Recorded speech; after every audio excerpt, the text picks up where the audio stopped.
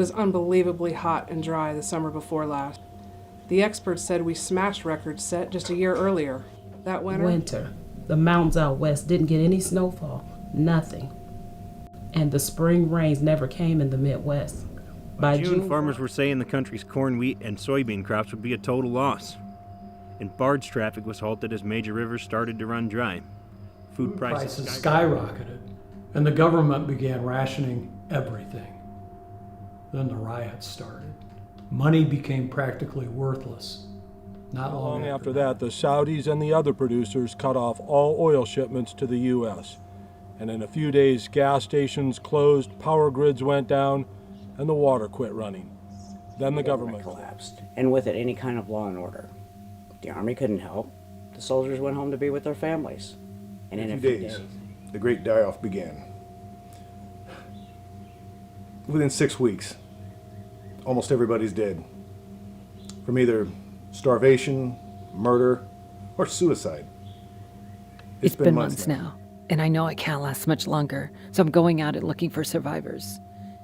And I'm making this video because, well, I really have no idea why I'm making this video. But I don't know what else to do. And this finally killed Dad. So I guess I'm doing it for him. He's the first person I've seen in 2 days. Is he safe? Only one way to find out.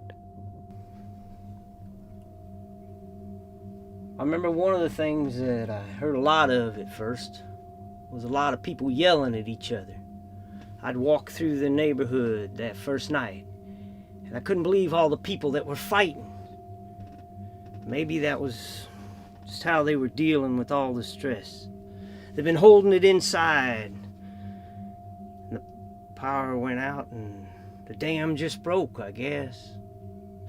Maybe it's because they didn't have any TV to keep them quiet. Unhappy days, every day. It was like a bad episode of Jerry Springer on steroids. Everybody was shouting at each other.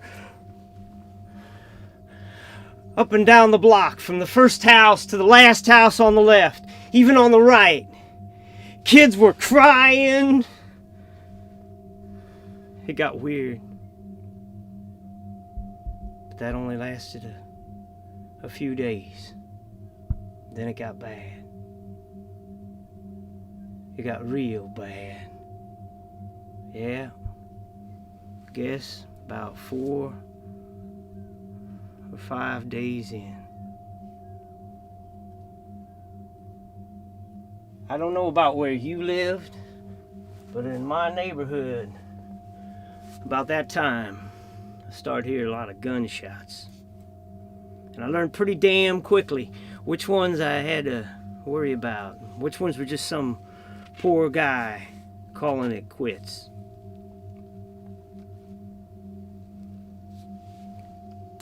But if we'd hear a lot of shots all together, me and my wife would get into the basement and we'd hide. We had an escape hatch down there in crawl space, and we'd lay there and be real quiet. If we didn't hear anything for a couple of hours, we'd come crawling back up out of there like that little girl from the television set in the movie The Ring. And we'd go back to doing what we were usually doing, which was just another round of nothing. But if we heard one shot,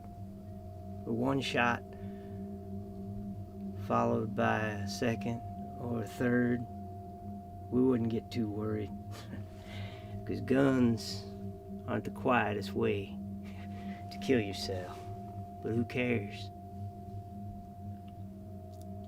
But if you want to take your wife, or maybe take your kid and your wife and then yourself, you take those shots pretty quick. You don't want to take too much time to think about it. There was a lot of that in our neighborhood. I just had to get out of there. There were so many dead people in their homes. And the smell. They say you can smell a dead body from a mile away. I don't know if that's true or not. But yeah, for the first couple of months, it got pretty bad. After a couple of weeks. That's what I remember. Quiet. And the smell. Who kills themselves in a chair in front of an old house? Did it mean something to her? Hasn't been dead long from the looks of it. And the gun's still here. That's a good sign. And I can always use another gun. So you want to know what I remember? I was living downtown, and I remember it emptied out pretty fast. It turned into a ghost town in 3 or 4 days. It's like something out of a horror movie. We had everything but the zombies. I don't know where all those people went, but they're not downtown anymore. You see, you couldn't stay in your apartment because there wasn't enough food or water and there was no place to hide. You could have hidden in the building, but if you wanted food or water, you had to go out looking for it. And there was no place to hide once you were out on the street. Out there, you were an easy target for anybody with a rifle. I know.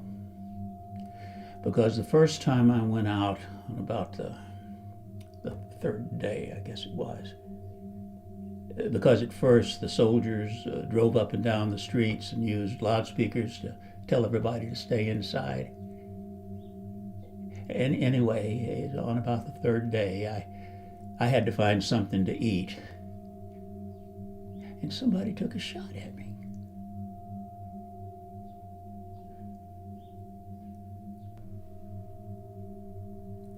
I don't have any idea where it came from. I wasn't doing nothing. I was just trying to make it to the other side of the street. After that, I waited till dark. I made it back to my apartment, gathered a few things in a bag, and got the hell out of downtown. I've never been back. And then I was living in one of those abandoned houses out by the airport. And I saw this other guy I knew from downtown. He lived only a couple of blocks away from me. And he said the same thing happened to him. People shooting at anything that moved. Who'd do something like that? Crazy people, I guess. And I guess we were all a little crazy by that time.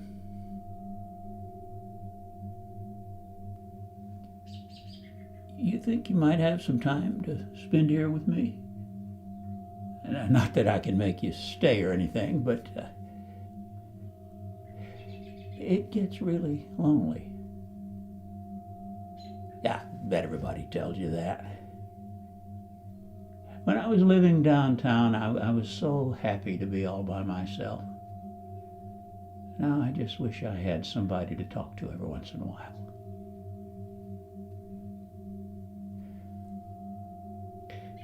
I'm going crazy. And I know it's because I'm all by myself. When it gets right down to it, nobody really wants to be a loner. Not like this. And I guess that's all that's left. Just a few human beings who are forced to be loners.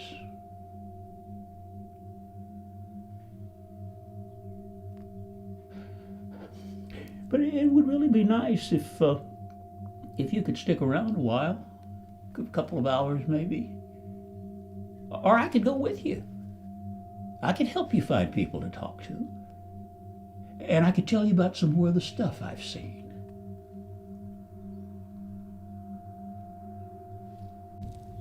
Funny how many people killed themselves outside.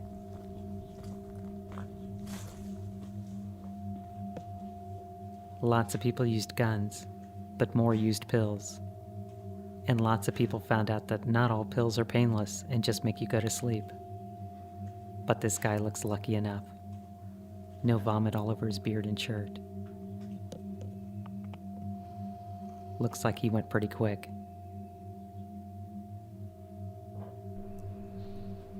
Well, we were real lucky, I guess. At least Dad said we were real lucky. And his dad, he was one of those guys who built a real bomb shelter in his backyard in, 1960s? Something like that. You know, in case they got into a war with the Russians. But by the time I was born, wasn't really too much of a big deal anymore. Worried about getting nuked and such. Yeah, the bomb shelter was kind of cool, I guess. I mean, I was the only kid I knew whose family had a bomb shelter in their backyard. We used to go in there and play when we were kids. Yeah, I remember that. One of my friends, he had a tornado shelter back behind his house. But compared to what Grandpa had, that thing might as well have just been a hole in the ground with a sheet of metal over it. And then when he and Grandma died, Mom and Dad sold our house and we moved on over there. And Dad, he was still so paranoid. He kept that thing filled with food and water. And Mom died a few years ago. So when this all started, he said we should just all go down and lock ourselves in. So that's what we did. It's probably why we're alive right now. So, you want me to tell her about it? I mean, they were your friends. Well, we went down the shelter late in the afternoon on the second day. It was real quiet in the neighborhood, but we had heard from a guy across the street. There were shootings going on closer to downtown. I don't know, roving gangs or something like that. So me, Caleb, Dad, we all decided to just go down there and lock ourselves in. But it wasn't more than a couple hours later. Some loud banging on the outer door, a lot of screaming. I had recognized one of those voices. It was a guy I went to high school with. I showed him the shelter. He was screaming. It was just him and his kid, and the boy was shot. Needed help. So Dad, he locked the inner door, the big one behind him, and he opened that outer door, and they grabbed him. Said they were gonna kill him if we didn't let him in. We never did open that door, though. There was no way they were gonna get in. They went away about after a day or so. Never did see Dad again. We stayed in that shelter for about 6 months, I guess. We didn't really need to go anywhere else. We had all the food and water we needed, and the ventilation system was completely hidden. Every once in a while, for a few minutes at a time during the night, one of us might come up and look around, but other than that, we stayed underground. So, I don't really know what we could tell you about our experience. Kind of like being in jail, I guess. Food and water started to run out. And we've been living out here ever since. I imagine we're probably doing the same thing everybody else is doing. I mean, we're going through houses. We find stuff to eat every now and then. And we watch each other's backs. Is that what you wanted? This isn't the first time I've seen somebody ended in the graveyard. She probably has family buried here. In the end, this was the only thing that mattered, and she looks peaceful enough. Cute little girl. My wife Jane was a religious woman, a good woman. And she thought God could help us. So we went to the local church, and we were hoping to find some people there, some good people that would know what to do, have some ideas. But there was nobody there with any ideas. They were thinking the same thing as us. And my wife kept saying, "Oh, God will help out. God will help us." But then it got worse, and God didn't help. Then one day I lost my temper and I got mad at her, and I told her I didn't want to hear about God anymore. I didn't believe in that. Well, after that, she didn't speak to me anymore. She stayed with me for about a week, and then she left me. She just picked up and walked out. I think maybe it was a blessing that Jane left me when she did. Otherwise, we'd have been just like all the other couples, trusting in Jesus, and deciding to go out on our own together. So I think it was probably a blessing that she left. But I don't want you to get the wrong idea about that word blessing, because I don't think God had anything to do with this.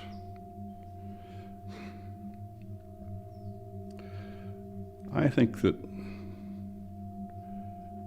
the better word is lucky. I was lucky that she left me when she did. You're taking a terrible chance coming here. You know that, don't you? We've got a nuclear plant about 50 miles up the river. Or I should say we had a nuke plant about 50 miles upriver.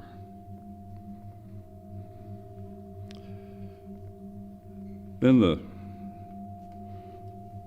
crew walked out on that thing, just abandoned it. My son was in the Navy. He worked on some of that stuff. And he told me, you can't just walk away like that.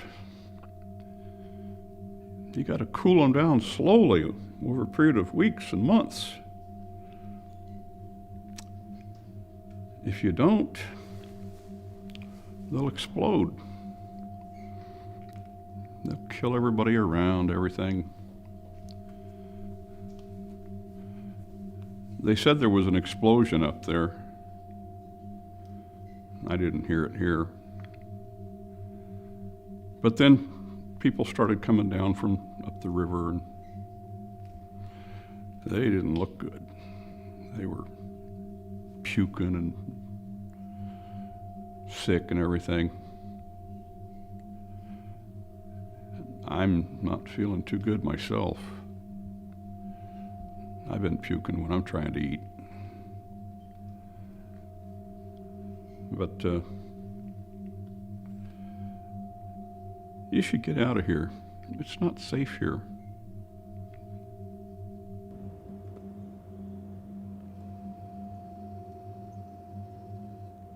I could smell them from back on the road. Was this murder? Or a triple suicide? And who cut him down? And why take the ropes? Ropes aren't that hard to find. And I guess bodies aren't that hard to find either.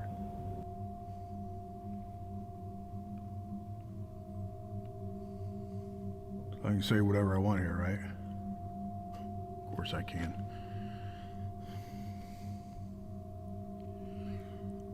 Well, this is something that's bothered me for a long time. Do you know what a sociopath is? Dictionary says a sociopath is a person who has little regard for the feelings and welfare of others.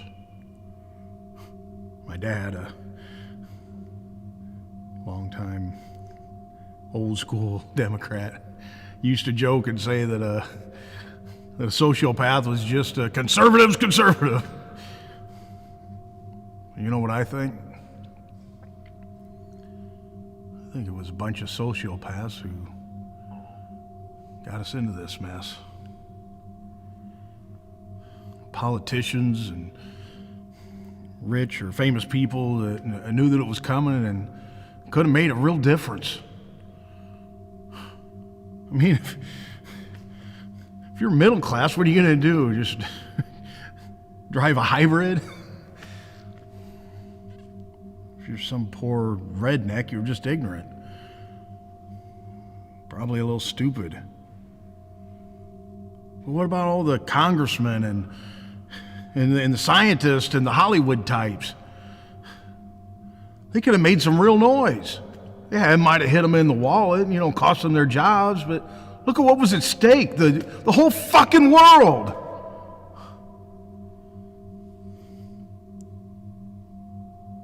So, did that make them sociopaths?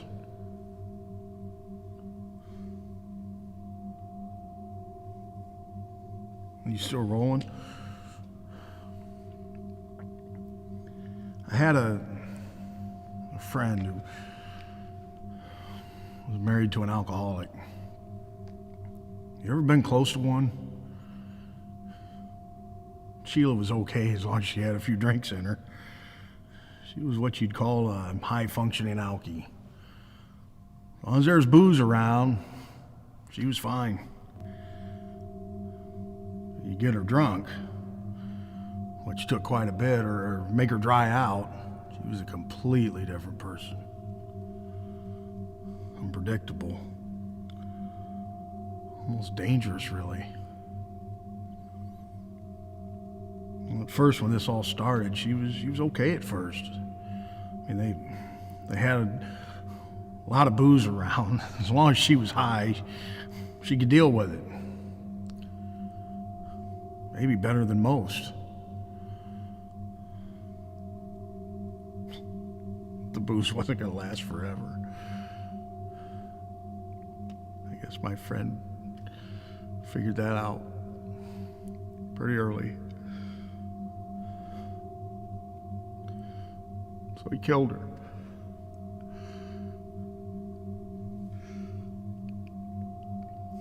He didn't want to take a chance of Sheila doing something dumb when she got desperate and ended up getting him killed. Does that make him a sociopath?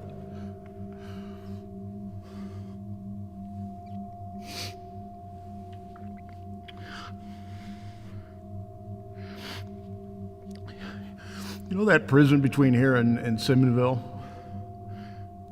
I used to live just up the road from it. I had a cousin who worked there. It was medium security. They had, a little more than 300 prisoners there.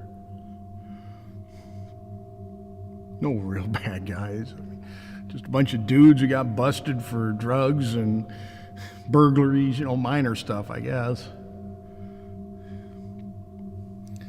Anyhow, when this all got bad, they gas shortages and having problems finding food on the shelves. The Department of Corrections was trying to find, figure out what to do if it all got real bad. My cousin said that the warden and his people were in conference calls every day just freaking out about what to do. When the power shut off, and of course the prison was locked down by then, most of the guards just took off. My cousin and a couple of the other guards stayed around for a couple hours. They were talking about, maybe unlocking all the cell doors. I mean, these dudes weren't dangerous. Well, they weren't any more dangerous than anyone else at that point.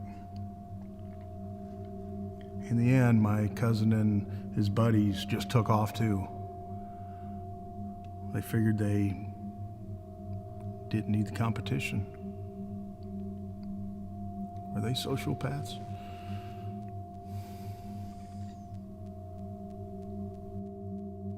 Friends of mine. And where's their car?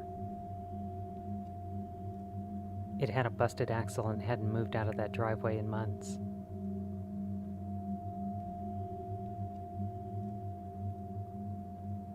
Oh. He probably got the idea from a friend.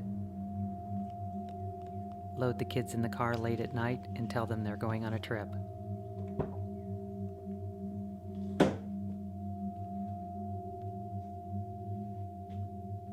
He and his wife didn't have any pills.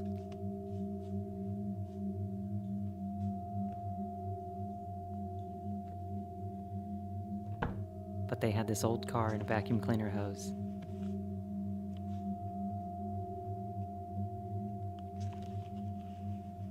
And they had a little gas.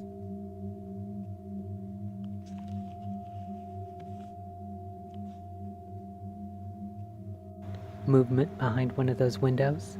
Maybe. I always want to make sure they see the camera. Everybody wants to tell a story.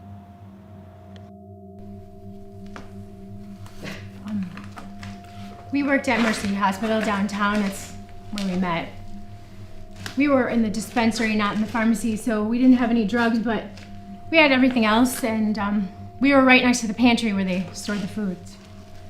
The day the power went off, the generators kicked right back in, so it was only off for maybe a second. Then they came over to PA and told us to just keep doing what we were doing.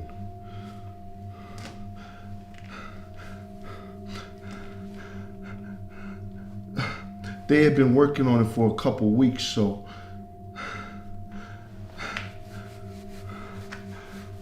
the thinking was that the situation would last for a couple days. So the power went off and then just came right back on, so no big deal. But in a few hours, we started getting pull slips for stuff, and the same thing was happening at the pantry. Carts of blankets and bandages and food started disappearing down the hall. That's when it all started to get real. 2 days later,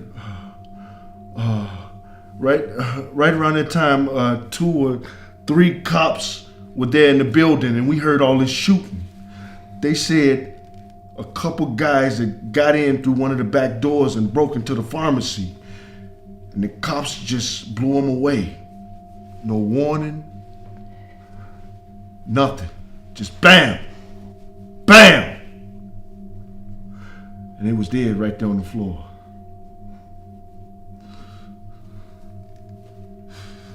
By then, all of the patients who could walk were gone, with most of the doctors and nurses, and we left soon after that too.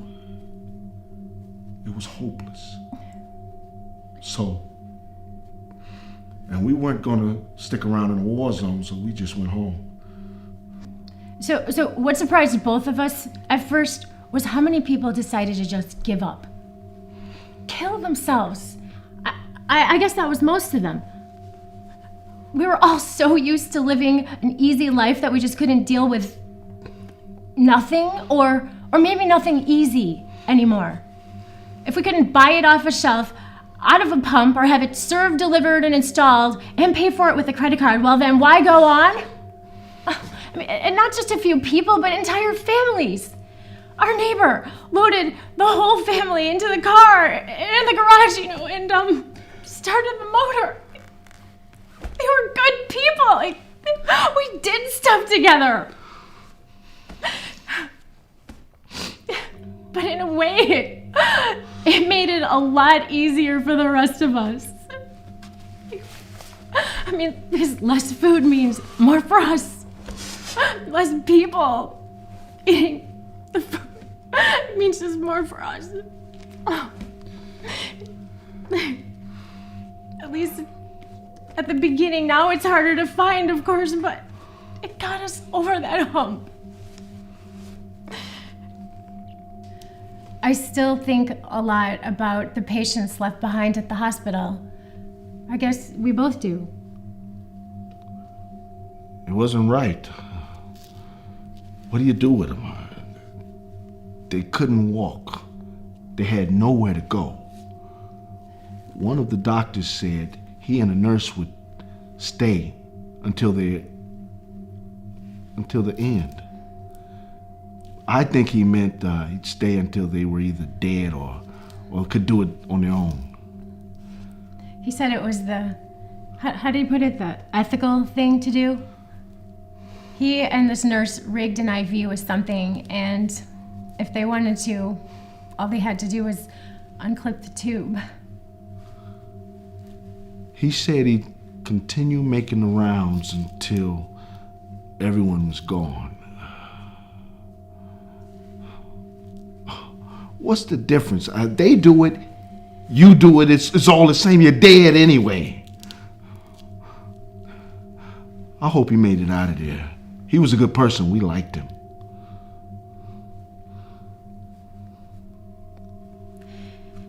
All we got is each other now, and we've been together for a long time, and we'll stay together until, what the hell, until the end.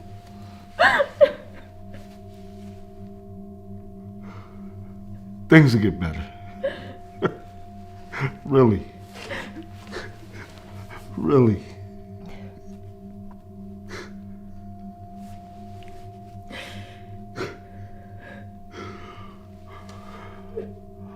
Look, if you find some people, some good people out there, tell them where we are. Maybe we'd do better if there were more of us.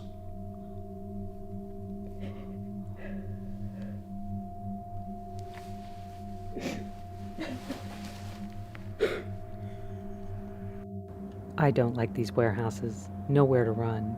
And something moved in that doorway. Probably just as scared as me. At least that's what I tell myself.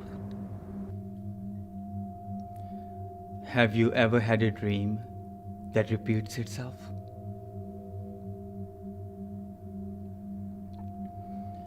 My father brought our family to America when I was 12. He worked for an American company in Mumbai. He studied English, advanced rapidly. When he and my mother had saved enough money, they decided to move us here. I don't think there was ever any question in their minds. They talked about it constantly. Their parents were absolutely against it. But my father and mother said they wanted something better for their children. That's why they had to come here. Have you ever been to India? Very few Americans have any idea what it's like. I was very young when we left, but I remember there were a great many people, and great many of those people were very, very poor. For months after our arrival in the United States, I would dream that the poor people had followed us here. In my dream, my father would ask me to answer a knock at the front door. And when I opened the door, there was no one there. And I would turn to my father and say, "Father, there's no one there." And he would say, "Are you sure?" And when I looked back at the open door, the front yard, the street, everywhere there were people. Hundreds, thousands of people, all standing perfectly still and silent, looking at me.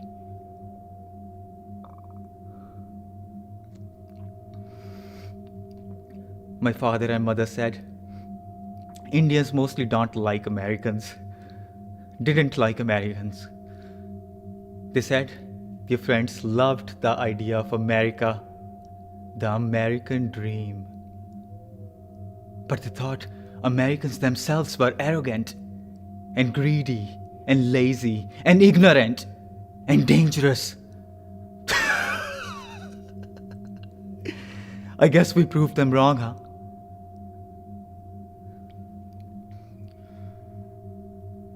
I studied medicine. My father and mother both said I would be a doctor and provide for them when they grew too old to work. I was such a disappointment to them. I dropped out of medical school. After just 1 year, I found the studies too hard. My father said I had been corrupted by my American friends, and my mother cried whenever I saw her. I eventually got a degree in environmental science. I saw this coming 3 or 4 years ago. The signs were everywhere, except maybe for Americans. And some would point to small gains in endangered animal populations as evidence that the planet could heal itself, that the last 50 years was just another obstacle to overcome. But by then, of course, the environment was so interconnected, so fragile, any small thing could bring it all down. And what does it matter if there are a few more spotted owls? If there's no one left alive to see them?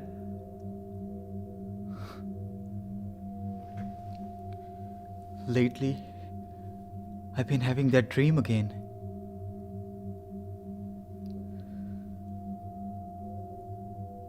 Only this time, when I look back out the front door, there is nobody there.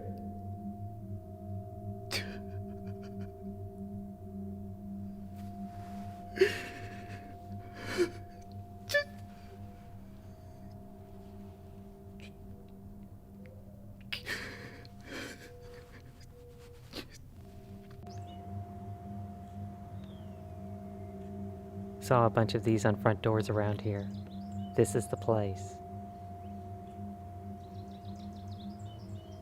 Gotta be careful. Could be a trap, but I don't think so.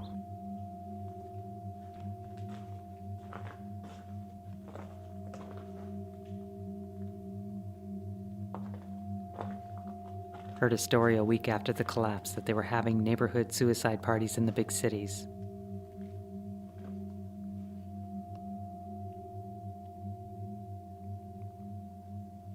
Bring your kids, drink the punch, no more worries.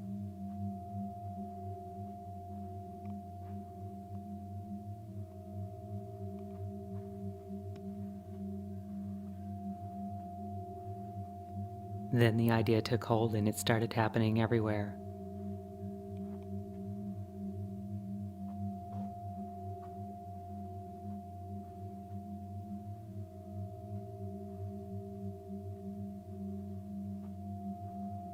Why write notes on the blackboard, though? That seems so hopeful.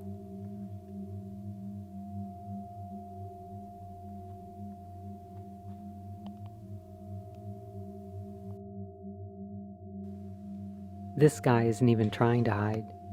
At least he's not being quiet. I gotta think that's either brave or stupid, or maybe he just doesn't know.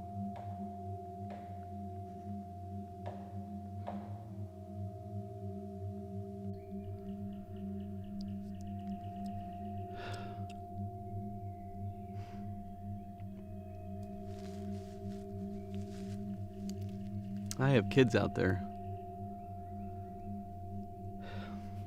I guess they survived. If they did, I pray they're okay. I mean, their mom's a good mom. They live with her up near Chicago. And she's pretty smart. Last time I saw them was about a month before Well, before all this happened.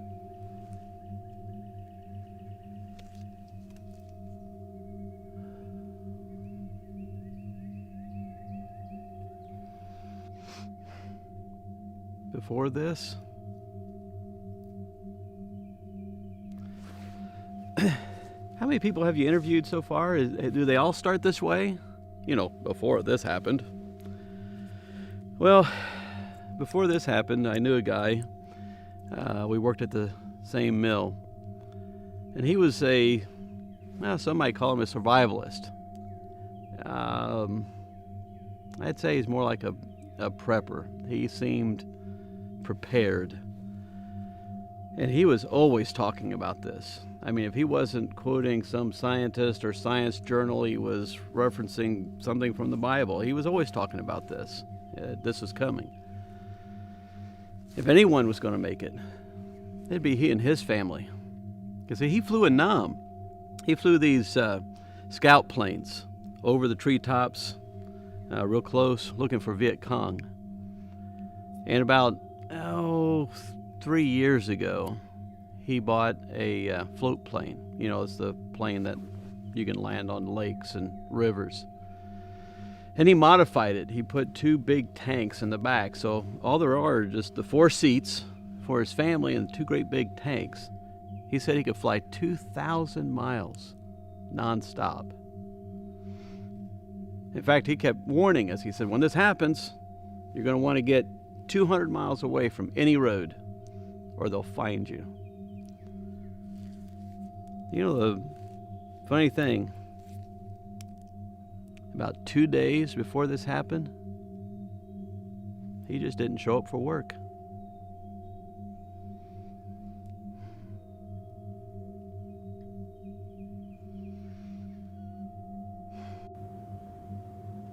They're pretty far off, and obviously they can't see me. A prisoner means only one thing. Unless they mean to use him as a shield or decoy later on. Either way, he ends up dead. Hope it's painless when it comes. I gotta get out of here.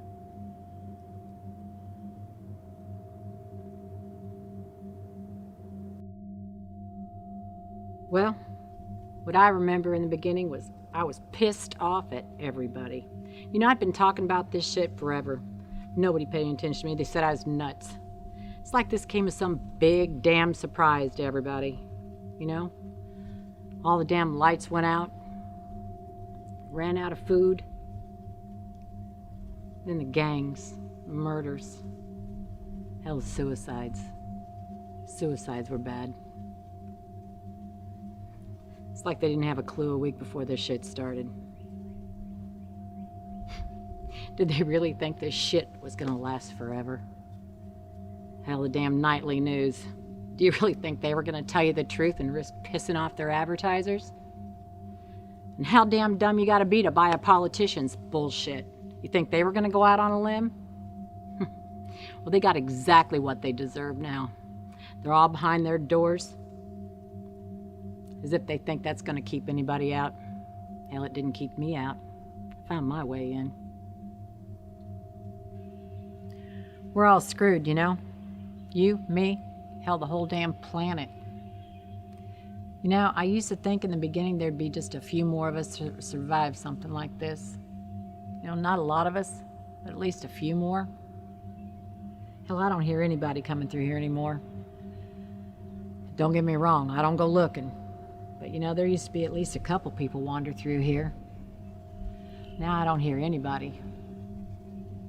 Not even any damn animals. I don't see any animals anywhere.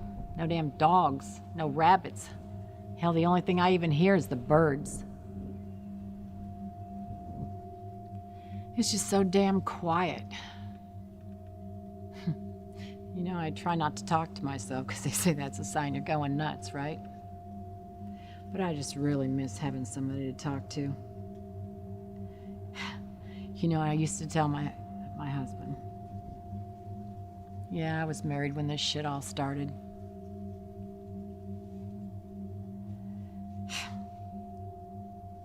Yeah, I used to tell Rick that he talked too much before, before all this shit started. Back then we used to go up into the attic. We'd sit behind the window and we'd stare out. We just had a pretty good view of the neighborhood from there. Hell, we weren't even doing much talking then. I guess we were just too freaked out, you know what I mean? Should I give anything to hear his voice now? I'd give anything just to hear anybody's voice anymore, anybody's other than my own.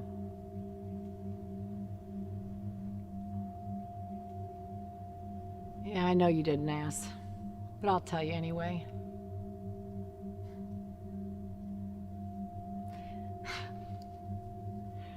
My husband, Rick, he was a really strong man.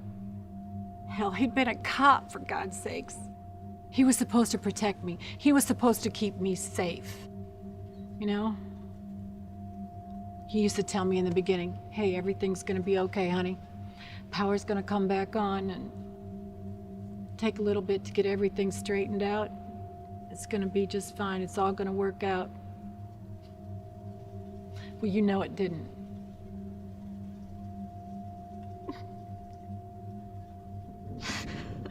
I just didn't see it coming. He went out in the damn backyard and he put the gun in his mouth and he pulled the damn trigger.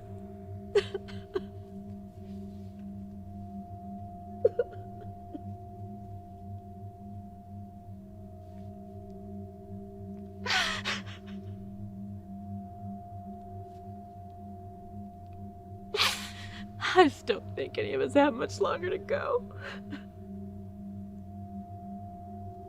Does anybody say it's any better anywhere else? Can't you just take me with you? Can't you just take me with you? There, just shut that damn thing off. I'm done.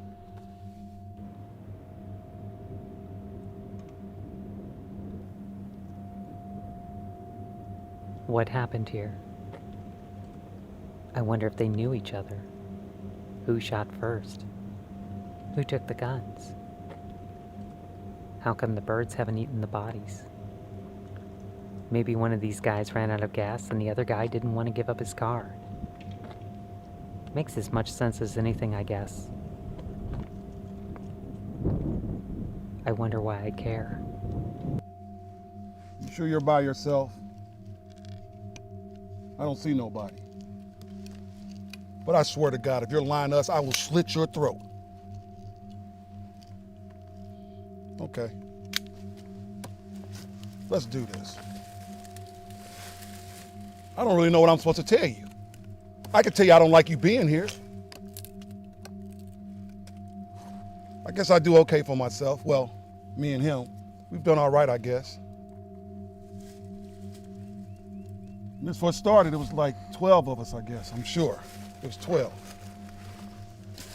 A couple of years ago, we started this group to prepare for something like this, Ex-military, survivalist guys.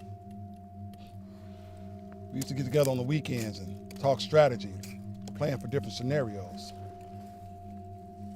Sit around drinking beer. Heck, one guy had a nice piece of property out in the country. We'd go out there and have target practice. Get away from the wives. It was like a little club, our own little club. Some people would have called us a militia, but it really wasn't nothing that serious. I mean, yeah, we all had guns and we had some plans, but we didn't have any leadership structure or command structure, nothing like that. Not like a real militia would have. We were really just a bunch of guys who wanted to be prepared. Or at least some were prepared for something like this, Mostly we sat around and drank beer. We wasn't ready for this shit, though. Nah. Nobody was ready for this shit.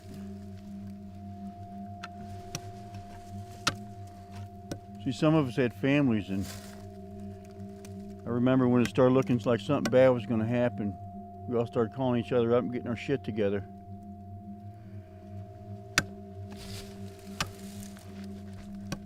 By the time the power went off, Only 5 of us gathered at this one guy's house. I guess the other guys decided to stay put. I don't know. We never seen them again. Anyhow, we hung out at this guy's house for a couple of days because that was the plan. Check out the situation, let the dust settle. Right. We had to keep an eye on what was going on up and down the streets, you know? There was always a couple of us on guard duty. Front and back, night and day. We had to take turns sleeping. Because now the shit was real, you know? I don't need to tell you, you know.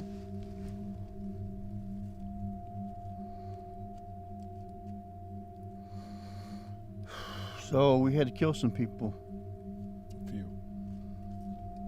Not proud of it. Not ashamed of it. Not like it didn't have to be done. Not like we was gonna go to jail for it.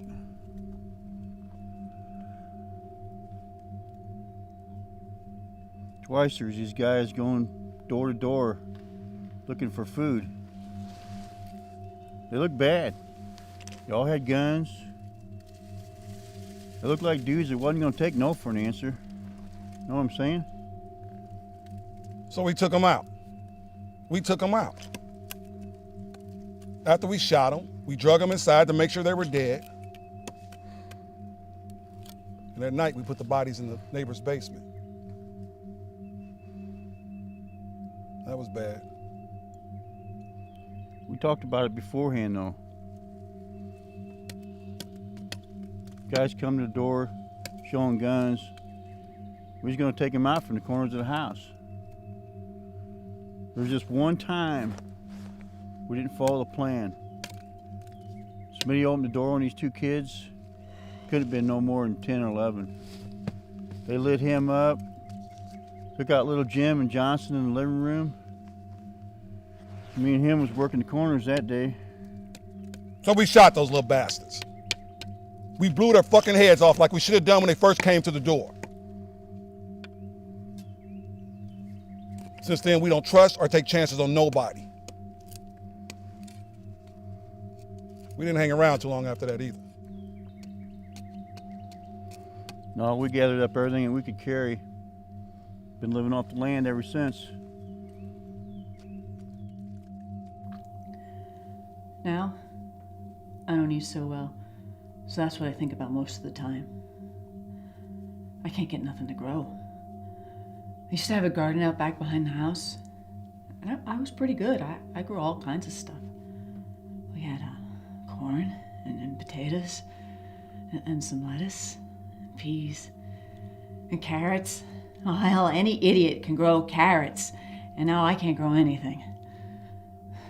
I don't know whether it's the heat or the cold. It's like we have no spring anymore. When it does come, it's so fucking hot that everything just withers within days. And the fall is just the opposite. It goes from 125 in the shade to a hard freeze in just a couple of weeks. Nothing can grow in weather like that. Well, we had good water for a while, until the pump dried up, but it didn't make any difference. Plants won't grow when it's that hot. I heard this guy on the radio saying that if something like this ever came along, that this is everything falling apart kind of thing, that he was going to take off to Colorado and live off the land, hunting deer or antelope or something, I don't know. And the other guy on the radio wanted to know how this idiot was going to get out to Colorado, especially if all the gas was gone and the roads were jammed with other assholes who were thinking the same thing. Well, Einstein had an answer. He said that he was going to get himself a horse and he was going to ride out to Colorado. I wonder if he made it. I wonder if the mountains of Colorado are filled with people riding on horseback and hunting deer and spending the nights in log cabins under the stars. Yeah, sounds good anyway. So this is it then? You've been around. How many others are there? Are there any more like me? Is anyone doing any better? I can't believe it. I mean, it's been, what, a year? And I still can't believe it. I had a good job, a nice house, a nice car, and now it's all gone. I haven't had a good meal in over a year. And everybody I know is dead. Or took off. I guess I could go find someplace else, but really, what's the point? You're the first person I've seen in a long time.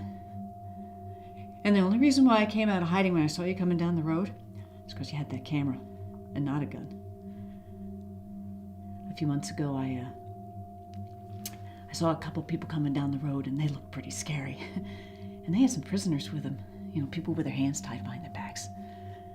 And so, well, they all had guns, and I spotted them before they spotted me, so I just hid up there in the trees outside. And they moved through pretty quickly, and they weren't doing any talking. I thought about this for a long time. Why would anyone have prisoners? Now, I think they were going to eat those people. I suppose a human being would do just about anything if they were hungry enough.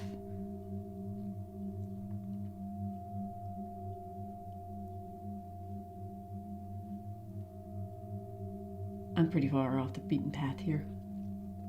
That's why I chose this place.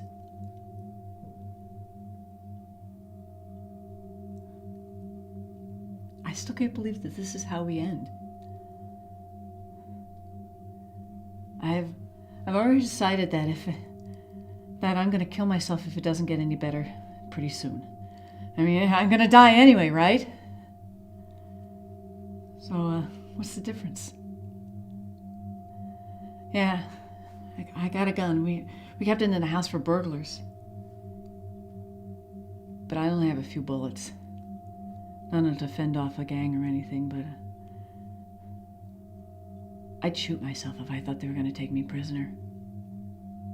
I don't want to even think about that shit.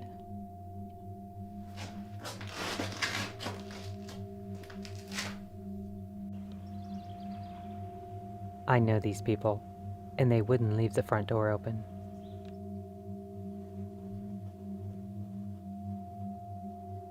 At least whoever came in didn't ransack it.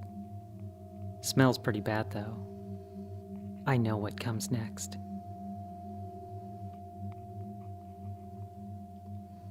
I can't show much of this. I mean, I see it every day. I could see it every hour if I went in every house. This is so common. I don't have any reaction anymore. This is just the way most families chose to go. At least they went together. But I can't help thinking, oh, what's the use? He was a good kid. So much to live for. I'm gonna guess she's not too dangerous, but I don't know. After what I've heard about cannibals, I can't be too sure. Okay, this is crazy. So what can I tell you? What would your listeners like to know? Okay. Well, like everybody else, I expected it would get better in a few days. I mean, it was so unreal. The asteroid always misses the Earth. The tsunami always happens somewhere no one ever heard of. This shit doesn't happen. So I expected the news would get better in a couple of days. Everybody did. Everybody in the neighborhood did, at least. What nobody expected was that there would be no news in a couple of days. After the electricity went off, there was no way to find out what was going on. No TV, no internet, no phones. A truck full of National Guard guys came by the second day after, after it started. And they said, just stay indoors for safety. Said we shouldn't risk driving anywhere, and everything would get better in a day or two.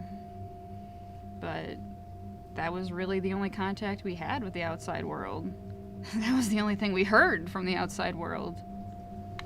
Except for the gunfire. I had a couple of dogs, Derby and Stetson. I really love those guys. Had them both since they were puppies, and when I was home, those two would follow me everywhere. The cat? That was Craig's thing. But the dogs? Those were my babies. And we had the normal supply of pet food. You know, probably a couple weeks worth. You know, a dozen cans of cat food and about a bag of dry for the dogs. At first we figured that if we had to, we could just put the cat outside and she could find mice or something. I mean, she's a cat, right? They're hunters naturally. Of course, Craig freaked out when I suggested it, but then he said, "What about the dogs?" We couldn't put them outside. You know, let them go. They wouldn't leave the backyard even if we left the gate open. And besides, people were shooting dogs and eating them.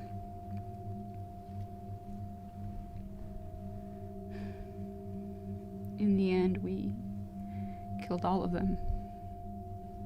We had some pills. We were starving, and they were starving, and we couldn't afford to give them any of our food.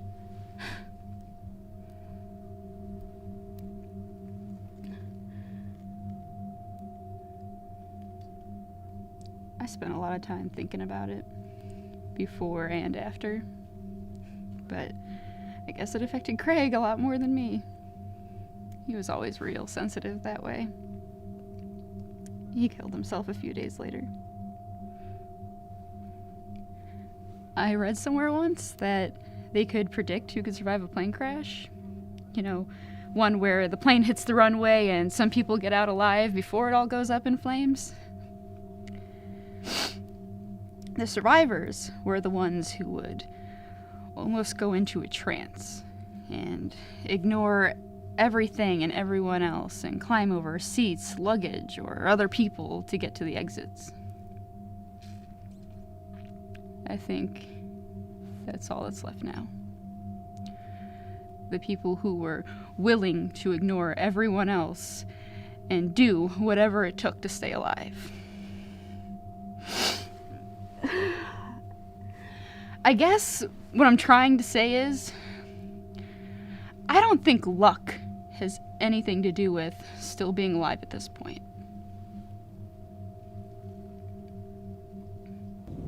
She looks pissed off. Maybe that's a good thing. Maybe not. Hope she's just bored and wants to talk. They all want to talk. Pull up a chair. Let's have a cigarette. And talk. I absolutely believe this is all God's plan. Everything that happens in the universe is part of God's plan. I even knew you would come. That's part of his plan too, to keep a record of everything that happens. See, humans have become so evil, and God already showed us once before that he wouldn't put up with it. Did anybody really think that gay marriage wouldn't have consequences? Or that God would let the doctors keep on murdering all those babies? Brother Allen told us this would happen. There were plenty of signs. He said God wouldn't let the godless go on turning everyone against him. What did you think 9/11 was all about? Or Hurricane Katrina? Or what about that earthquake that struck Haiti? This was all explained in the Bible.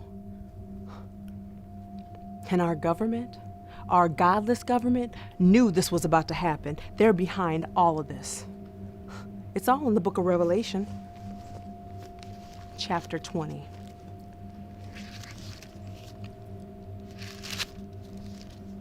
Verses 8 and 9.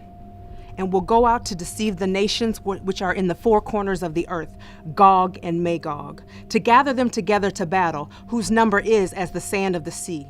They went up on the breadth of the earth and surrounded the camp of the saints and the beloved city. And fire came down from God out of heaven and devoured them. Verse 10. The devil who deceived them was cast into the lake of fire and brimstone where the beast and the false prophet are. and they will be tormented day and night forever and ever. Could it be any clearer? This is all part of God's plan, and it has been since Adam and Eve were kicked out of the garden. We are witnessing the end. And our government, our satanic government, knew this was going to happen. They're behind this final battle between Gog and Magog, good and evil. This is Armageddon, and it's happening right now.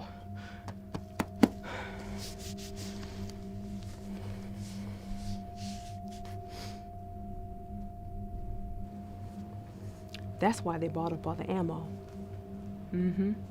All the ammunition started disappearing from the store shelves a couple of years ago. They said the Department of Homeland Security was buying it all. Like the Department of Homeland Security had an army. Right. I'm not stupid. All the stupid ones are dead. Satan's government figured if they got rid of all the believers and we didn't have any bullets, we wouldn't be able to fight back. Well, I got bullets and I got the guns to shoot them too. So when Satan's henchmen come and try to take me, I'll be ready for them. I am prepared to fight for the Lord Jesus Christ with my last breath. But the real question is, and God already knows the answer, but whose side are you on, sister? You go on making your little movie, but you ask everybody, whose side are you on?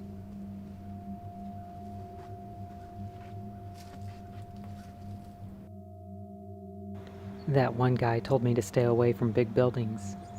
Said they were a trap, but I'll get a good view from this one. Jesus, where do you get the power for that thing? To charge the batteries. Oh, you got a solar panel in your backpack there? Yeah, don't worry, I'm not gonna steal it. I gave up my electronics a long time ago. Figured I got no use for a smartphone anymore. What the hell am I gonna do with your camera? You know, now if you got food and water in your backpack, that's a different story. Yeah, it's funny. I used to be a technology guy. One of those guys who'd stand in line for hours to get the new droid. I had one with a big fucking flat screen, 60 inches. You ever see one bigger than that? Yeah, I took it for granted. We all took it all for granted. Prisoners of the technology. Guilty as charged. Believed in the science and they made the big fucking flat screen, but not in the science that said we were running out of oil or water. Do you remember the winter before last, before all this stuff hit, when they said it could be all part of climate change? Well, I didn't believe them. Not if it meant I couldn't buy gas for, what, $3.50 a gallon? Yeah, I'm sorry. You said you wanted me to talk about this stuff before all this hit, before that reality destroyed the God of technology. Yeah, I remember where I was when the power went out. Yeah, it's like, where were you on 9/11? I was downtown at my office, and my computer just shut off.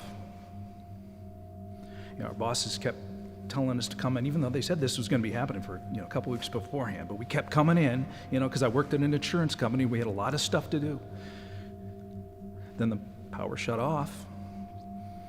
Didn't come back on. We just left. And I don't know where you lived. I was 6 or 7 miles away, and getting home took forever. I mean, all the traffic lights were off, obviously, and cops were working the major intersections. But then a train hit a car at a crossing, and it just tied everything up on the east side of town. And by the time I finally got home, one of our neighbors had hooked up a generator. So we all went over to his house and watched the news. And they said we were just the latest place to lose our power. And that we had to stock up on water. And that kind of freaked me out. And sure as hell, a couple days later, we lost our water. Everyone I knew from before is gone. My wife and kids were killed a couple weeks after all this started.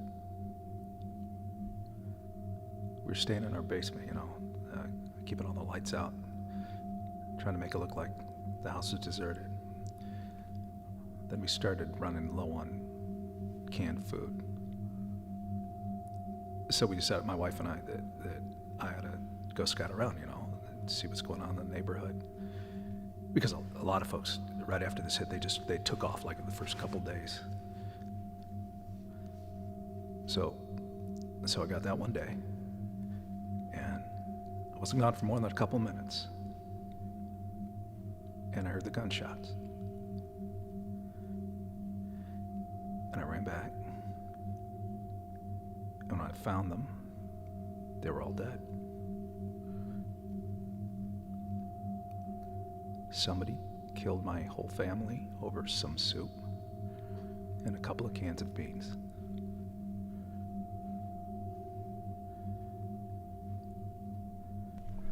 I never got hungry. Well, not real hungry.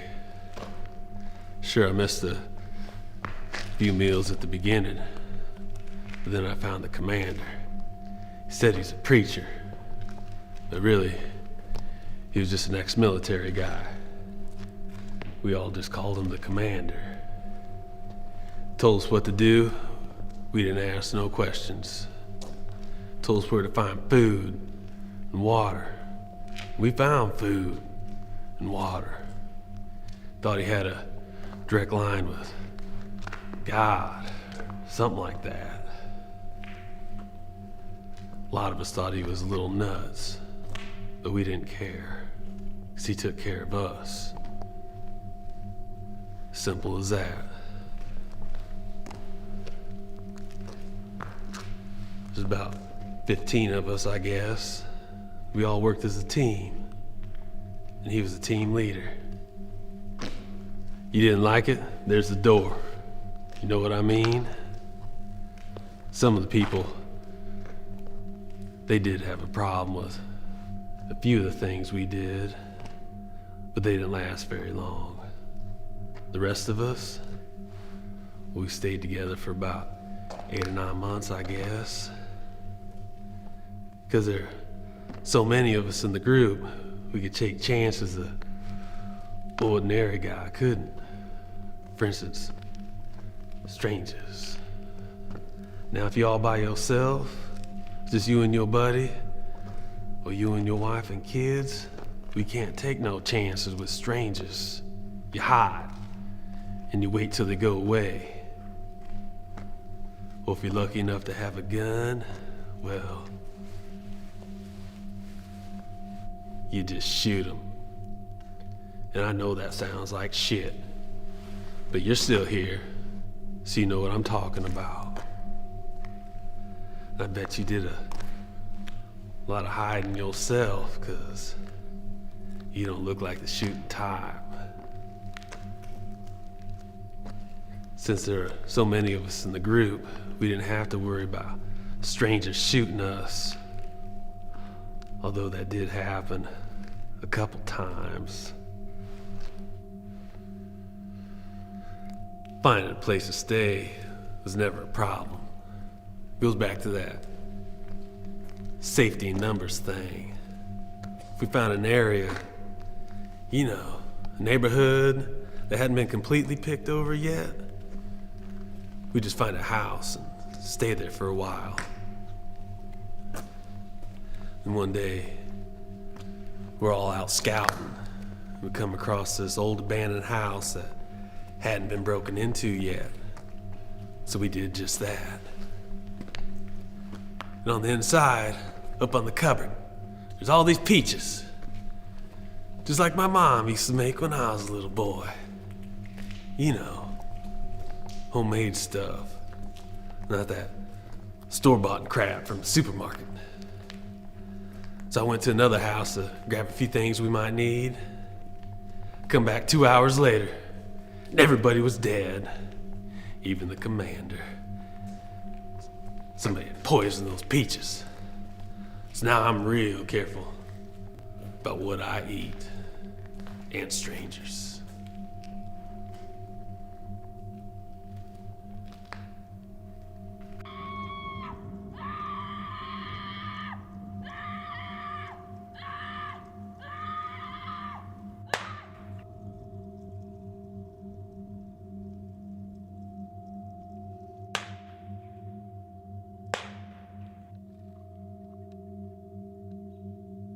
I heard her screams, but what could I do?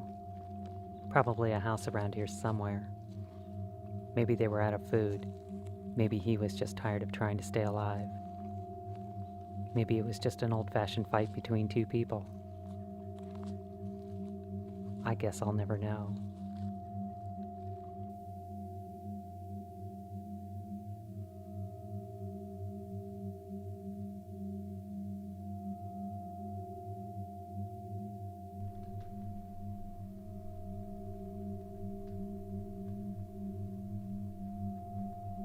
Let's see. First, the smell. It was really bad. I guess when the water went out, the toilets quit working. Where I'm from, I think people just did their business in pails and threw it in the backyard. I suppose some of them, dug holes and buried it. But judging from that smell, I think they just threw it in the yard. It's funny. You're gonna think this is stupid, but one of the things that I miss most about before is toilet paper. I told you it was stupid. But, you really don't think about wiping your butt with something soft until you just can't do it anymore. I guess someone was thinking about it because right after it happened, I took my dad to the store and there wasn't anything left. And the guy in the store, he said that the toilet paper and napkins and paper towels were like the first things to go. A few weeks later, I saw this body just along the side of the road. And there was this sign next to the body that said, "We'll trade toilet paper for food." I guess that didn't go so well. But his butt was clean. I mean, that's gotta be something, right? Yeah. But even worse than the smell of the shit, it was the smell of the dead bodies. You remember that, right? I mean, does everybody say that? But seriously, shit ain't shit when it comes to topping the gag meter. Where's that? The gagometer. I just made that up. You want to use that in your movie? Vicky says shit ain't shit when it comes to topping the gagometer. Whatever. Anyway, I know, you're trying to be serious. You want to pause or something? No, really, do you just want to press pause or stop or something?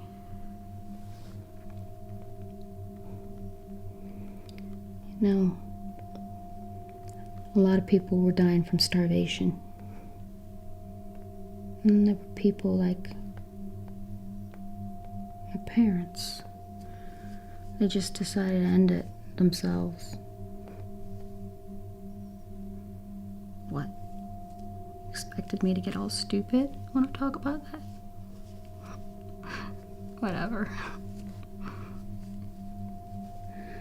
Anyway, there were these dead bodies everywhere. I guess the dogs, they took care of that. But then people, they were shooting the dogs to eat them. Some of them were shooting their own dogs to eat them. There really is not as many dogs as you might imagine. And then I guess a lot of the bodies were inside, and I suppose the animals couldn't really get to them. Besides, it took, weeks, maybe more, for a body to decompose to the point where you just don't smell it anymore. Not that it mattered. Really, there's not a lot of us left. Every now and again, I get a whiff. If the wind is just right, I get a whiff, and it's just something you don't forget. And I sit there and I think, how far away? How long ago? Things like that. Anyway, I'm in pretty good shape. I found this farmhouse at the bottom of the hill, and it's got a working pump. And there's this tree stand, and I can sit up in that tree stand and I can see for miles. Yeah. And then I get, my bow. And every few days I'll shoot a rabbit or a squirrel, for food. And I'm quiet. So that's important. Food and quiet. Because if you're you're not quiet, you're gonna get hurt. I'm okay for now. Is that what you wanted? Do you really think anybody cares?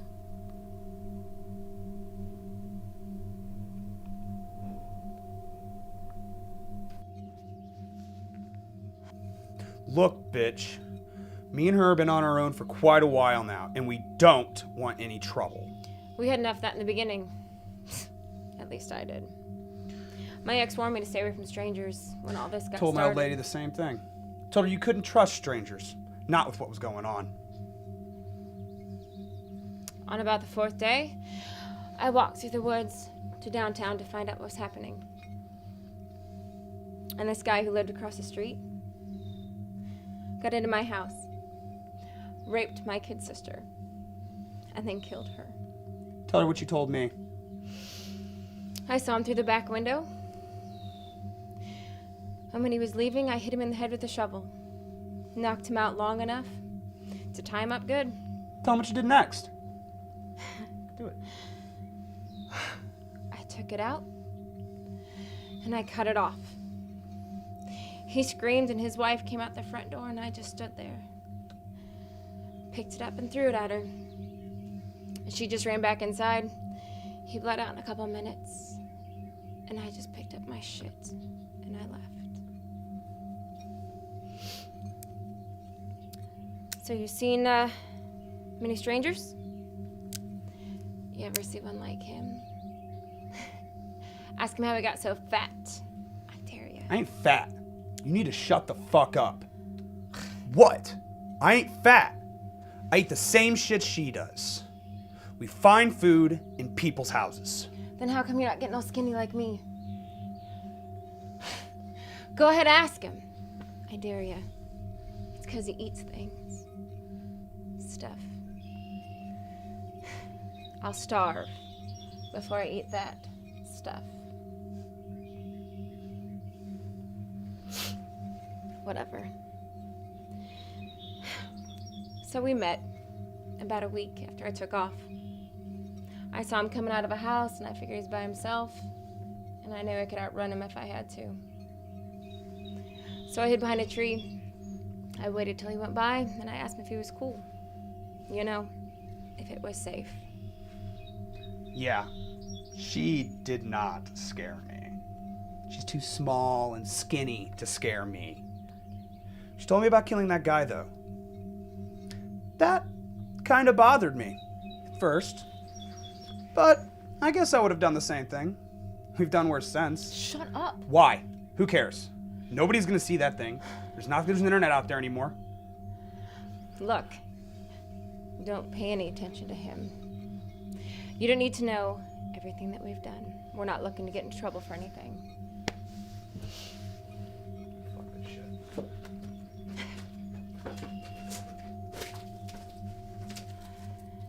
You really ought to leave now. I didn't want to say anything while he was around, but he's scaring me. And he's getting worse. I know he's been eating people. Dead people. And he's been saying things like I would kill someone to eat them if I had to. So you're really big out of here, lady. And don't ever come by here again.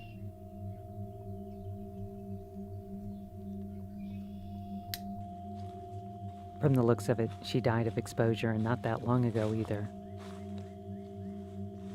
I've never seen anything like this. My guess it's a warning to stay away. If that's what it is, it's effective.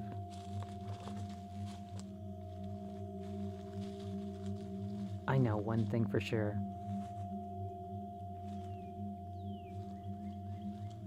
I don't want to meet the animal who did this. My daddy never left the house without at least $100 in his pocket.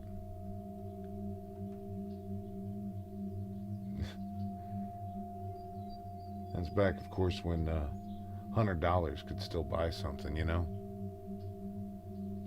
And he'd say to me, son, aside from a gun, cash. Cash is the best insurance a man could hope for. When all this got started, when all this shit started happening, I guess you could say I took out a whole lot of insurance. Had a big old wad of it right here in my pocket. Of course, it wasn't long before money started turning to shit too. I mean, when the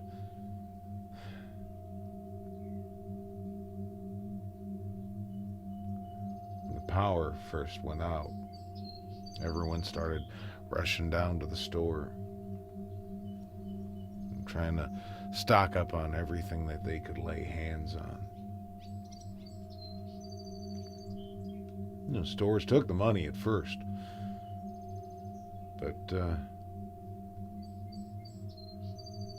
when they finally cut the juice all together, all that money became worth nothing.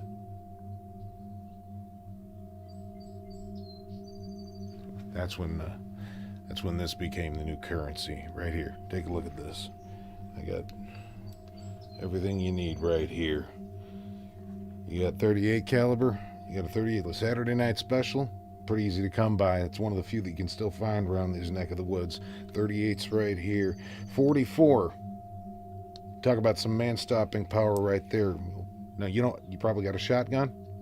You got a shotgun? Come on, everybody's got to have a shotgun nowadays. At least if you're feeding yourself, you do. Got the 12 gauge right here. This right here. Because if you got bullets, people are willing to trade with you. Of course, respect if you got bullets.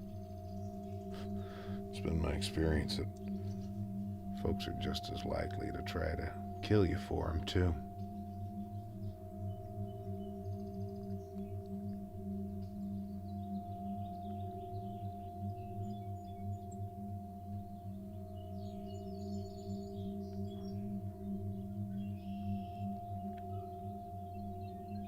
You know, my kids, my sons,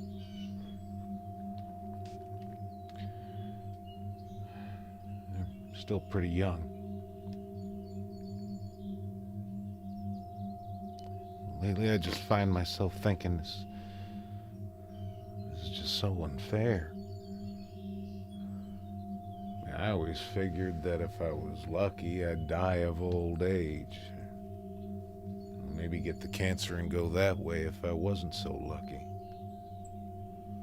You know what I mean?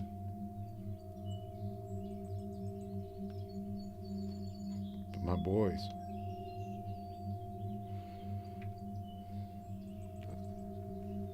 Not so much. See, I've lived a full life. I've been places, I've seen things. I've been all over this country from one end to the other. Go down to the Gulf at the summertime and go up skiing in Vermont in the winter.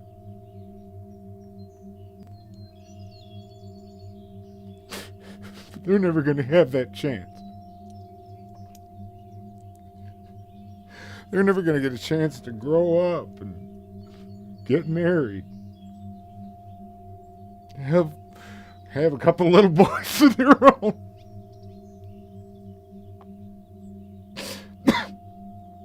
I'm sorry. Yeah, I had this all planned out. Said I wasn't going to do this.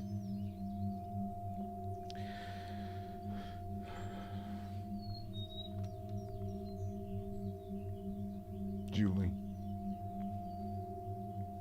my wife, about a week into everything, she was up late one night and saying crazy things about going down to the produce market to pick out some fresh fruit.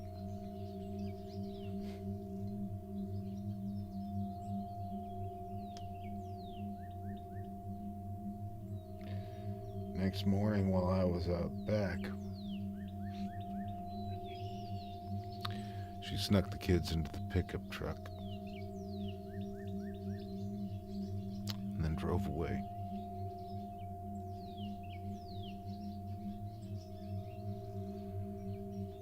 I haven't seen them since.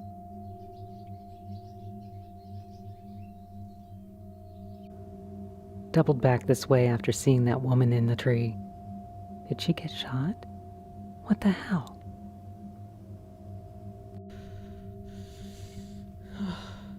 Thank you, God. Thank you. You know how I said this is all part of God's plan? This is part of his plan too. I knew you would come back. I knew he would send you back. This was an accident. This was an accident. This was an accident. But God sent you back for a reason. I can't feel my legs. But I need you to do something for me. I need you to get my gun. God wouldn't let me go out like this. So I need you to get my gun, please. Please. Come on.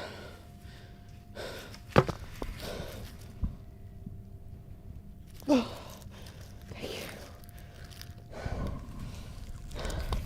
You can go ahead and get out of here.